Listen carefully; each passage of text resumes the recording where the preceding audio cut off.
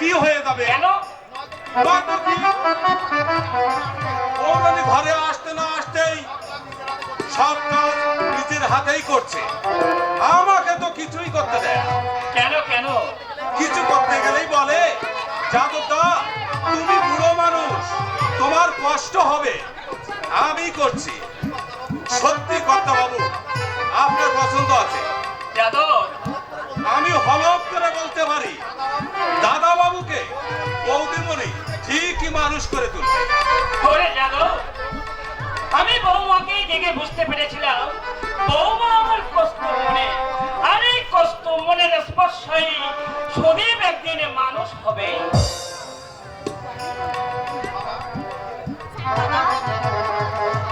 আপনার শরবত খাওয়ার সময় হয়ে গেছে, এই নিন। আচ্ছা বৌমা, তুমি শরবত আনতে গেলে কেন? এই যাদব তো আছে, অযথা তুমি কষ্ট করে। আমি তো আগেই বলেছিলাম কর্তা বাবু, বৌরানী আমাকে ছুটি করিয়ে দেবে। এ তুমি কি বলছো যাদবদা? তুমি তো এতদিন সবকিছু নিজের হাতে সামলেছো, এখন আমি আছি, তুমি এখন একটু বিশ্রাম নাও। বৌরানী তুমি কি জানেন কর্তা বাবু, এই কদিনে বৌরানী বাড়ির সবাইকে আপন করে নিয়েছে, আর সবকিছু না নিজের হাতেই করছে, আর আমাকেও না কত জ্বালাচ্ছে। সে কি যাদবদা? আমি আবার তোমাকে কখন জ্বালালাম? জ্বালাওনি? দাদা বাবু যতক্ষণ না বাড়িতে ফেরে ততক্ষণ তুমি আমাকে রামায়ণ মহাভারতের গল্প শোনাতে বলো। আমি কি চাই ওসব জানি যে আমি তোমাকে শোনাবো? বেশ, আর আমি তোমাকে জ্বালাবো না যাদবদা, তুমি যাতে বিরক্ত না হও আমি তাই করব। আমি আর কোনোদিন তোমার কাছে কোনো অবদান করব না। বৌরানী আমার ভুল হয়ে গেছে, তুমি বিশ্বাস করো আমি কথাটা সেভাবে বলতে চাইনি, আর আঘাতও দিতে চাইনি। যাদবদা, বৌরানী তুমি যে আমার মা, আমি যে তোমার বুড়ো ছেলে। যাদবদা, ছেলে কি কখনো মাকে আঘাত দিতে পারে? পারে না বৌরানী, পারে না, পারে না। যাদবদা, যাদবের কথা তুমি মন খারাপ করো না বৌমা। যাদব আজ 30 বছরে বাড়িতে কাজ করছে, খুব বড় বিশ্বাসী। শরীর আর প্রদীপকেও কোলে পিঠে করে মানুষ করেছে, তাই মাঝে মাঝে ওর অভিমান হয়, আর তাতেই সে কেঁদে ফেলে। বাবা, জানিস মা, আমি একটা বিরাট অন্যায় করে ফেলেছি। জানি রে মা, তুই আমাকে অভিশাপ দিবি, তবু তোর উপর আমার বিশ্বাস তুই পারবি সুদীপকে মানুষ করে তুলতে। দিনের পর দিন সে অমানুষ হয়ে যাচ্ছে, ওকে মানুষ করবার ওকে তোলবার জন্য তোকে তো একমাত্র শর্ম দিতে হবে মা। বললাম বললাম মা, তুই পারবি না? বললাম। কেন পারবো না বাবা? আপনি সহায় থাকলে আমি নিশ্চয়ই পারবো। আমি সীতা সাবিত্রী দেশের মেয়ে, তারা যদি স্বামীর জন্য এতখানি ত্যাগ স্বীকার করতে পারে, আমি বা কেন পারবো না বলুন? এর জন্য তোকে কিন্তু অনেক কিছু সহ্য করতে হবে মা। ওরে, আমারই ভুলের বসে ওরা যেমন হয়ে উঠেছে, ওর মা মারা যাওয়ার পর আমি যদি ওকে শাসন করতাম তাহলে হয়তো ও এমন হতো না। আমি আর যাদব ওদের দু ভাইকে একদিনও বুঝতে দেয়নি যে ওরা মাতৃহারা, আর সেই দুর্বলতার সুযোগ নিয়ে বাবা, আপনি আমাকে আশীর্বাদ করুন বাবা। আমি যেন আপনার কথা রাখতে পারি বাবা। পারবি মা, ওরে মা তুই নিশ্চয়ই পারবি। আমি আমি তোর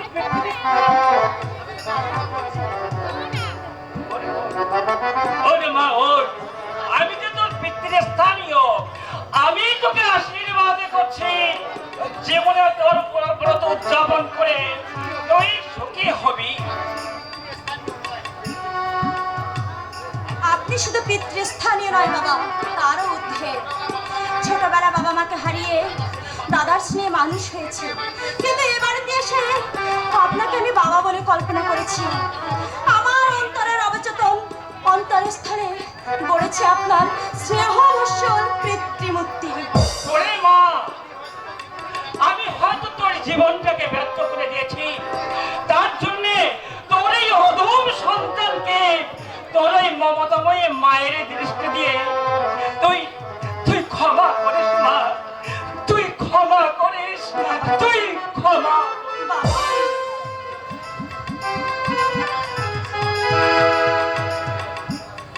ও করুণাময় জগদীশ্বর, তুমি আমাকে শক্তি দাও ঠাকুর, আমি যেন আমার স্বামীকে অমানুষের পথ থেকে ফিরিয়ে এনে আমার শ্বশুরের মান রাখতে পারি ঠাকুর। শ্বশুরের মান রক্ষা করলে হবে দেবী, আমি বুঝি ফেলনা? ঠাকুরপো,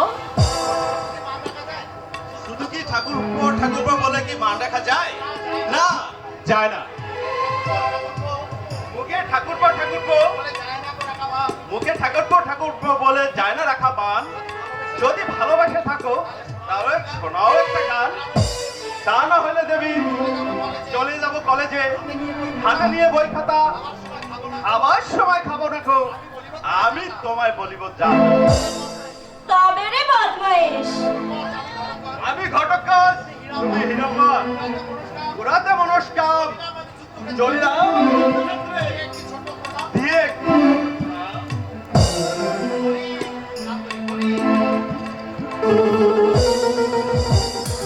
বলি ঘটোৎকচের কোথায় কোন কাজে যাওয়া হচ্ছে শুনি? বলছি কানটা ছাড়ো আগে। শোনো বৌদি, হ্যাঁ বলো। আমাদের কলেজের সাথে, পাটনা কলেজের সাথে একটা ম্যাচ হবে দেওঘরে, আর সেই খেলায় আমি হবে গোলকিপার।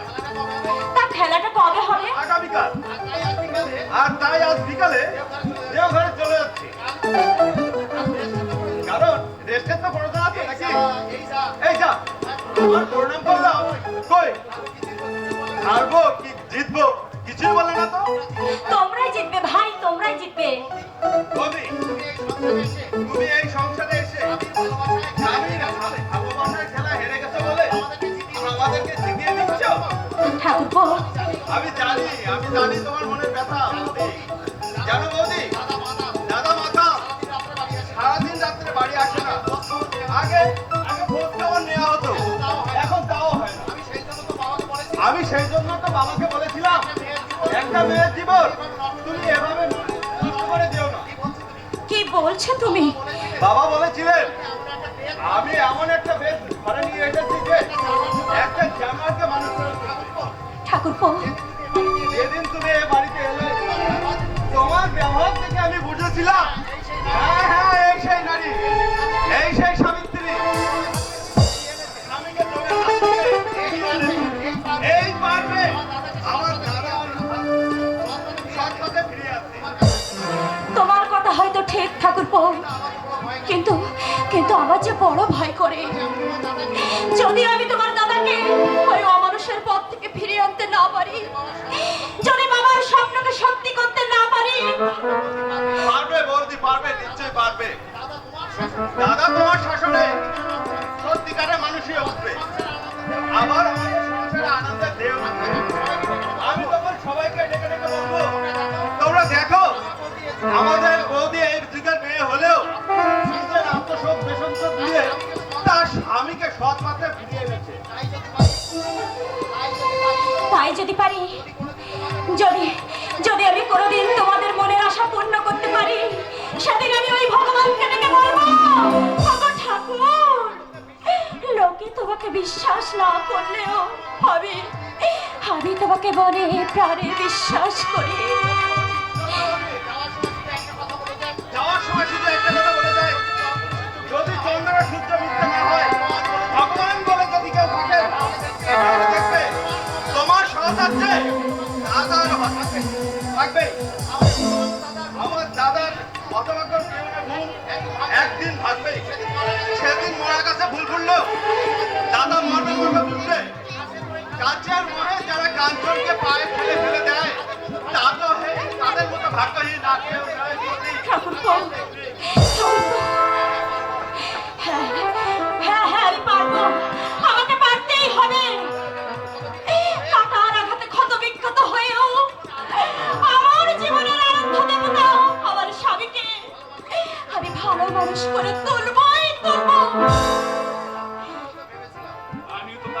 বলেছিলাম যাকে আমি অগ্নিনারায়ণ সাক্ষী রেখে এই বাড়িতে বউ করে নিয়ে এসেছি তাকে একটু সুখ শান্তি দেব বলে,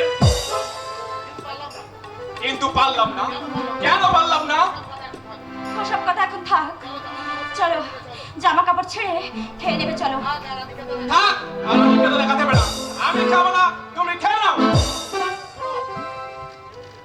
শোনো, আর কোনোদিন তুমি আমার সামনে আসবে না। কেন আসবো না? আমি কি তোমার কেউ নই? তুমি তো আমাকে স্ত্রীর অধিকার দিয়েছো, সেই অধিকারেও কি? চুপ করো। বাবার কথা রাখতে আমি তোমাকে বিয়ে করেছি বলে তুমি আমার স্ত্রী হয়ে যাবে। হ্যাঁ হ্যাঁ, তুমি আমার মনের আশাটাকে ব্যর্থ করে দিয়েছো। তোমারই জন্য আমার এই মানুষ প্রতিমা আমার কাছ থেকে পর হয়ে গেছে। তোমার জন্য তার হারিয়ে যাওয়া হাসিটুকু আমি কোনোদিন ফিরিয়ে দিতে পারিনি। এসব তুমি কি বলছো স্বামী? আমার একটা কথা রাখবে?